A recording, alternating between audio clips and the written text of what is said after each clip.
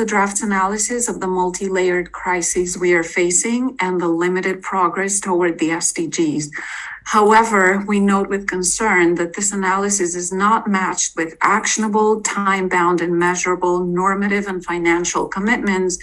to meet the urgency of the moment. The current business as usual approach is in fact detrimental to the vision of the 2030 Agenda for environmental integrity, human security, prosperity, and dignity for all.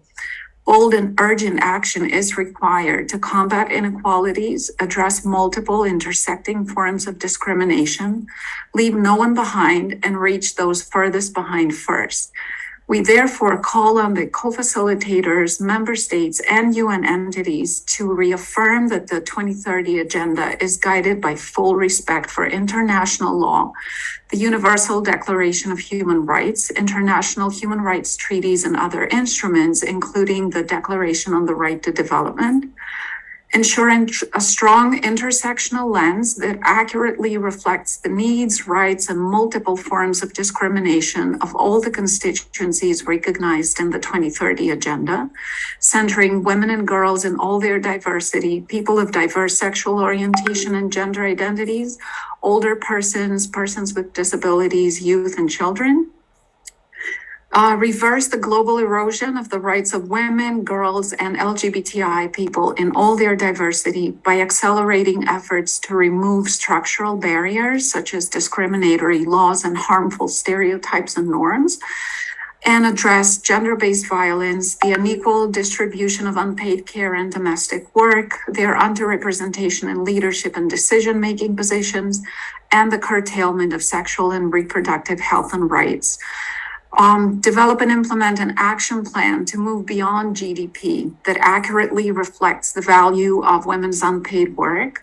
pursue economic policies that further human rights, labor, and environmental standards, and adopt fiscal and universal social protection policies to promote inclusive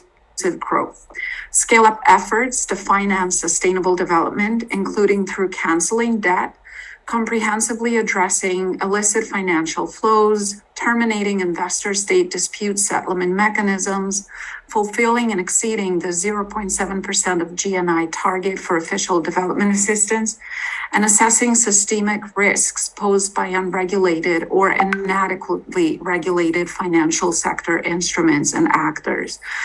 Transition from unsustainable resource extraction to green economies with sustainable production and consumption, care and education at their core. Protect ecosystems through cultural and context-based approaches that meaningfully engage communities, and implement the Climate Change Gender Action Plan and all other existing global and national climate commitments,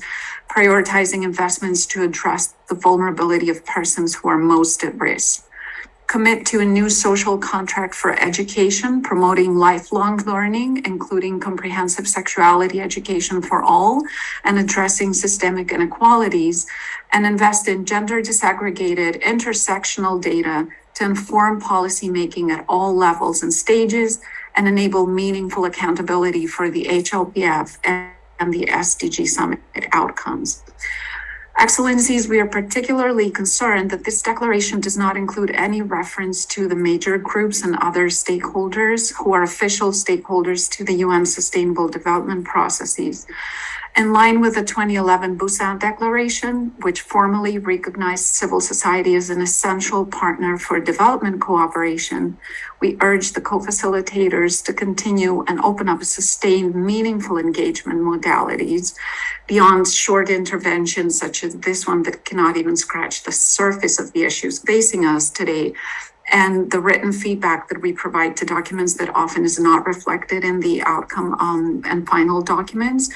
to ensure that both the process and the outcomes strongly reflect and respond to the voices and realities of civil society partners at the local, national, and regional levels. Thank you very much.